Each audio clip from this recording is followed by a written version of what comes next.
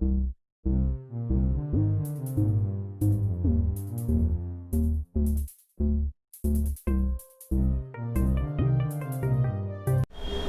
Students, welcome to my YouTube channel commerce classes by Vishal sir. आप सभी का मेरे यूट्यूब चैनल पे हार्दिक स्वागत है।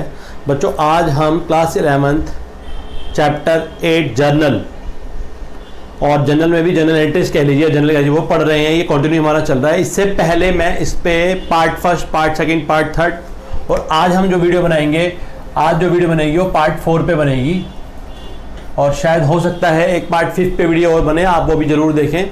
और मेरी आपसे रिक्वेस्ट है कि ये पूरी सीक्वेंस में चलती आ रही है, तो जनरल का meaning video first, part second, part third और फिर पार्ट 4 देखें तो आपको सारी अच्छी बात क्लियर हो जाएगी। आइए हम पढ़ाई की ओर चलते हैं।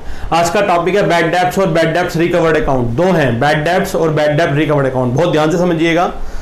ये सारे कॉन्सेप्ट जुड़े हुए हैं डेटर्स से। किससे जुड़े हुए हैं? डेटर्स।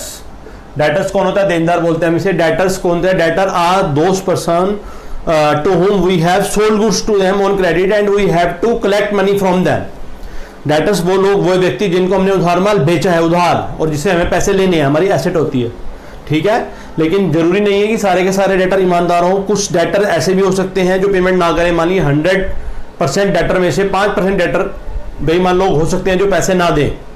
ठीक है, तो हमें मान के चल रहे हैं कि मान लो 100 डेटर से और उसमें 5% डेटर्स ने पेमेंट नहीं करी, मतलब 95 रुपीज़ मिल गए, 5 रुपीज़ नहीं मिले। जो नहीं मिल गए वो एक टाइम तक वेट किया जाता है। कुछ अपनी अपनी बिजनेस का कस्टम होता है, 1 साल, 2 साल, 3 साल।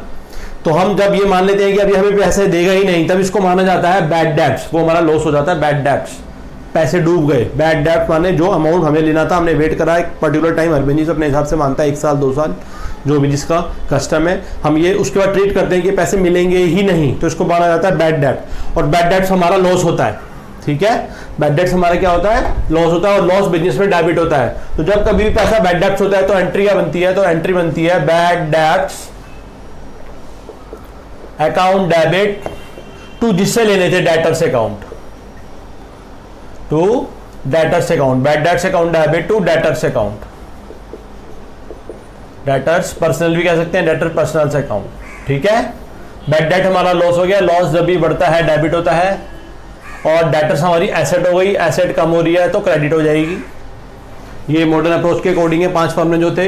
तो बैड डेट हमारा लॉस होता है। लॉस हमेशा डेबिट होता है टू, जिससे पैसे लेने थे या डेटर्स। ठीक है, अच्छा, ये तो अगर आपका 100% पैसा डूब जाए, मान लो 100 रुपये लेने थे, 100 के 100 डूब गए, और अगर आपको मान लो 100 लेने थे, 5% डूबे, 95 मिल गए, तो उसकी एंट्री क्या होगी? उसकी एंट्री ये होगी, इसमें कैश और आ जाएगा, कैश अकाउंट डेबिट। मान लो एग्जांपल दे रहे हैं, 100 रुपये लेने थे, 95 मिल गए, 5 डूब गए, तो ये डूब गए तो मेरा लॉस हो गया, मैंने डेबिट कर दिया, जो मिल गया। अब यहाँ कैश बढ़ रहा है तो एसेट बढ़ रही है, डेबिट हो जाएगा। ठीक है, और बाकी इन दोनों में सेम ये वाला था। तो जब भी पार्टली पेमेंट होती है हमें, मान लो किसी से हमने 100 रुपये लेने थे, पार्टली मिल गए, बाकी नहीं मिले, डूब गए, तो वो बैड डेब्ट। तो कैश अकाउंट डेबिट जो मिल गए, received. Bad debts account debit जो नहीं मिले, लॉस, डेबिट टू डेटर, जिसे हमें लेने थे 100%। तो ये एंट्री होती है आपकी। अगर पार्शियली पेमेंट हमें मिल जाए और कुछ डूब जाए तो उसकी एंट्री है, और 100% डूब जाए तो bad debts account debit to debtor, जिसे लेने थे, जैसे मैंने पहले आपको बताया था केस। तो एक केस तो ये होता है बैड डेब्ट्स का। अब एक होता है bad debts recovered account. Bad debts recovered account का मतलब होता है, मान लो मुझे इस डेटर से पैसे लेने थे 500 रुपये, और इस साल इसने पैसे नहीं दिए, हो सकता है नेक्स्ट ईयर इसके पास पैसे आ जाए, मुझे दे दे, तो वो जो बैड डेट हमने पिछले साल राइट ऑफ किया था, उसके पैसे अगर इस साल मिल जाते हैं तो इसे बैड डेट रिकवर्ड अकाउंट कहते हैं हम। तो इसकी एंट्री क्या होती है? जब पैसे आ जाते हैं हमारे पे, एंट्री बनती है कैश अकाउंट डेबिट, पैसे हमारे पास आ गए।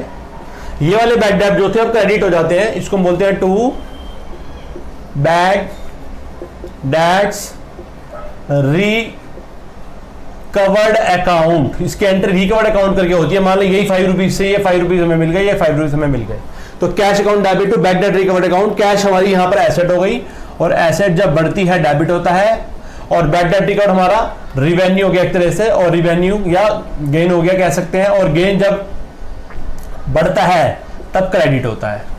ठीक है, तो ये cash account debit to bad debt. जब लॉस होता है तो बैड डेट डेबिट होता है। जब वो वाले बैड डेट हमें पैसे दे देता है तो बैड डेट रिकवर्ड हो जाता है। इसको बोलते हैं cash account debit to bad debt recovered account. ठीक है, तो इसको हम बोलते हैं बैड डेट रिकवर्ड अकाउंट। आइए 3 क्वेश्चन की सहायता से हम इसको अच्छे से समझते हैं। पहला है 5000 due from Ramesh are recoverable.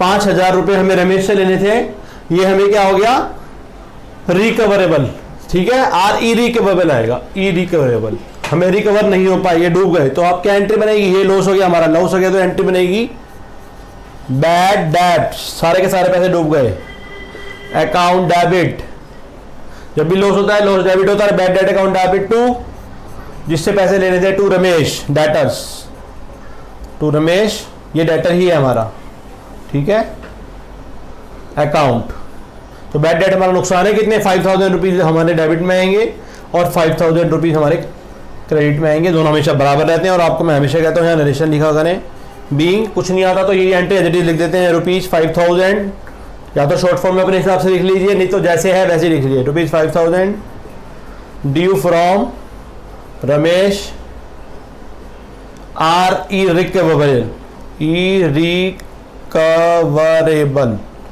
तो इसका मतलब होता है ई रिकवरेबल, रिकवर नहीं हो पाए तो ये बैड डेट्स हो गया, बैड डेट्स हमारा लॉस होता है, लॉस हमेशा डेबिट होता है, तो इसकी एंट्री तो ये बनेगी, इसी के हिसाब से मैं आपको बता रहा था पहला केस। अब सेकंड ये वाला केस देखते हैं, क्या एंट्री बनेगी इसकी,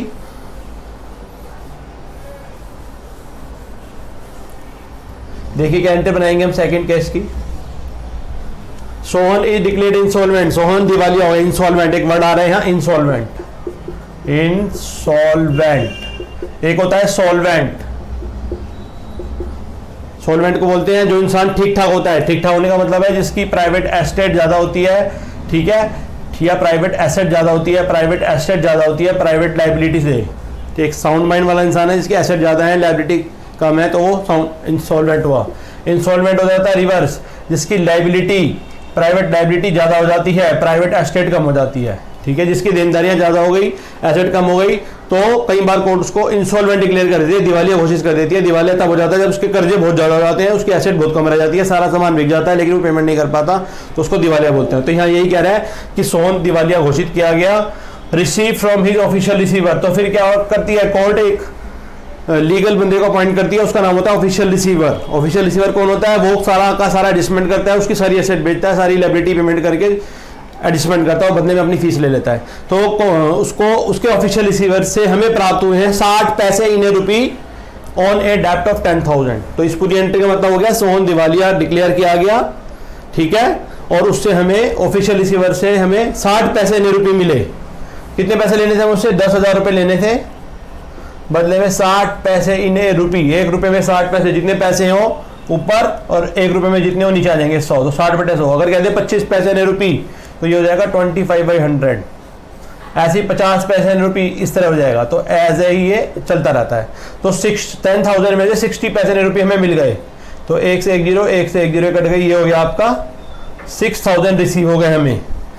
जब भी इंस्टॉलमेंट वाला केस होता है फिर बैड डेट्स होते हैं, इसका 9 पैसे नहीं मिलेंगे, तो जितने मिल गए वो ये पार्टली पेमेंट होगी, कैश या बैंक अकाउंट डेबिट। इसकी एंट्री क्या बनेगी, कैश अकाउंट डेबिट, इसे बैंक भी कह सकते हैं, कैश या बैंक अकाउंट डेबिट।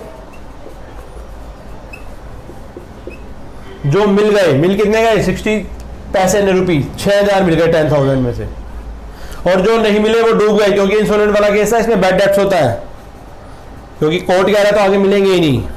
तो आप कहेंगे bad debts account debit to, जिससे लेने थे सोहन, ठीक है, जिससे लेने थे उसके नाम क्या है, ये पूरे पैसे 10,000, जितने मिल गए 60 पैसे इन रुपी मिल गए, ये यहां आ गए। बाकी लॉस, जो ये बैलेंसिंग फिगर कह सकते हो आप, कहां से निकला है, 10,000 में 6 घटा देंगे 4,000, या 40 पैसे मिल गए, दो ऑब्लिक करके आप ये कह सकते हैं बैलेंस फिगर ऐसे, तो 40 पैसे वाला जो अमाउंट था वो हमें लॉस हो गया, हमारा ये हमारा लॉस है, लॉस हो गया, लॉस हो गया, ये 4,000 हो गया। तो ये आपका क्या आएगा, यहाँ नरेशन लिख देंगे आप, बीइंग, ठीक है, पूरी कुछ समझ नहीं आता तो इसको शॉर्ट फॉर्म में लिख देते हैं, Sohan is declared insolvent and received 60 पैसे इन ए रुपी फ्रॉम हिम, उससे हमें इतने मिले। तो इस तरह ये एंट्री खत्म होती है। एक थर्ड केस और रह गया, आप उसे देखिए, ये क्वेश्चन पूरा खत्म होगा अच्छे से।